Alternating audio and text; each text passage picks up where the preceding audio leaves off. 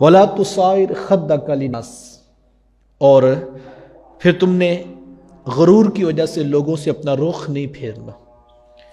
امر بالمعروف کرنا ہے، نہی عن المنکر کرنا ہے تم نے، اور مصیبتوں پر تم نے صبر بھی کرنا ہے، اور لوگوں سے اپنا رخ نہ پھیرنا۔ تکبر کی وجہ سے، غرور کی وجہ سے لوگ تم سے بات کرنا چاہتے ہیں اور تم رخ پھیر لیتے ہو۔ تم کسی کو خاطر میں نہیں لاتے کہ میں بڑا اونچا شخص ہوں اور یہ میرے سٹیٹس کا نہیں ہے۔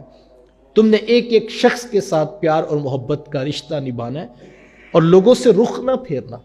یہ یاد رکھیے گا، جو شخص بندوں سے رخ پھیر لیتا ہے گویا کہ وہ رب کی رحمت سے رخ پھیر رہا، چونکہ بندے اللہ کے ہیں، اور بندوں سے کوئی پیار کرتا ہے تو گویا وہ رب سے پیار کرتا ہے۔ یہ اللہ کی مخلوق ہے، یہ اللہ کا کنبہ ہے، ان کی عزت، ان کی تقریب، ان سے پیار کرنے والا رب سے پیار کرنے والا ہے۔ تو نصیحت کی کہ تم نے رخ نہیں پھیرنا ہے، اور یہ عادت کریمانہ تھی حضور علیہ السلام کی۔ ساری زندگی آقا کریم علیہ السلام غرباء سے پیار کرتے، مفلسین سے محبت کیا کرتے، اور حضور علیہ السلام نے اپنی امت کو بھی یہی تاکید کی۔ بلکہ حضور دعا کیا کرتے کہ اے اللہ مجھے کل قیامت کے دن غرباء کے ساتھ کھڑا کرنا۔ صحابہ نے پوچھا تھا کہ حضور کہ ہم محشر کے میدان میں اگر آپ کو تلاش کرنا چاہیں تو کہاں تلاش کریں؟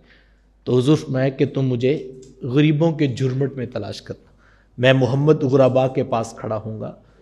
تو امیر شخص کے ساتھ تو سبھی پیار کریں گے، جس سے ضرورت وابستہ ہے اس کو تو عزت دیں گے، ظاہری بات ہے، وہ تو ایک پروٹوکول مانگتا ہے اور اس کی ہماری ضرورت وابستہ ہے۔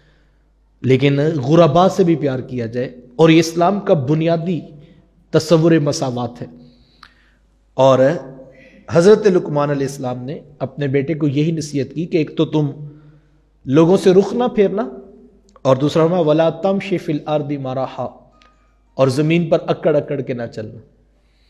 تمہاری چال ڈھال، تمہاری وضاقت، تمہارا انداز معاشرت، تمہارا طرز زندگی عجز و انکساری والا ہو، اور تم کبھی متکبر نہ بننا کہ میں بڑی چیز ہوں، چونکہ ایک روایت میں ہے کہ جس کے سینے میں رائی کے دانے کے برابر بھی تکبر ہوگا وہ جنت میں داخل نہیں ہوگا۔ اور ایک روایت میں ہے کہ کبریائی اللہ کی چادر ہے، اور جو شخص اللہ سے یہ کبریائی کی چادر چھیننا چاہے گا اللہ اس کو رسوا کر دے گا۔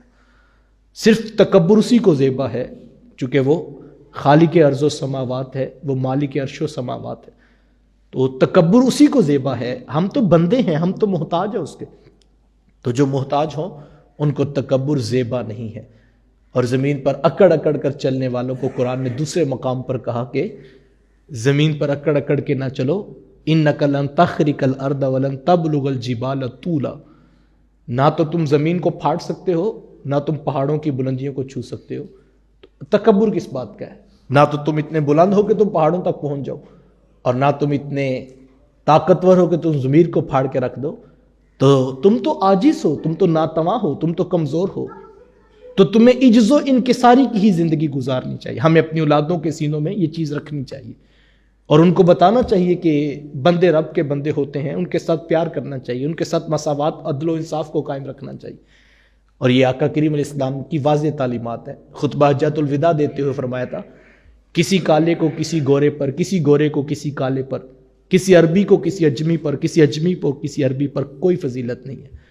فضیلت کا معیار صرف ایک ہے، ان اکرمکم عند اللہ اتقاکم، اللہ کے ہاں وہی معتبر ہے جو زیادہ تقوی والا ہے۔ تو تقوی پیدا کیا جائے، خوف خدا پیدا کیا جائے، بچوں میں خشیت الہی کے جذبات ان کے اندر جو ہے وہ پیدا کیے جائے، تو یہ ایک باپ کی ذمہ داری ہے کہ اس کی اولاد کبھی متکبر نہ ہونے پائے۔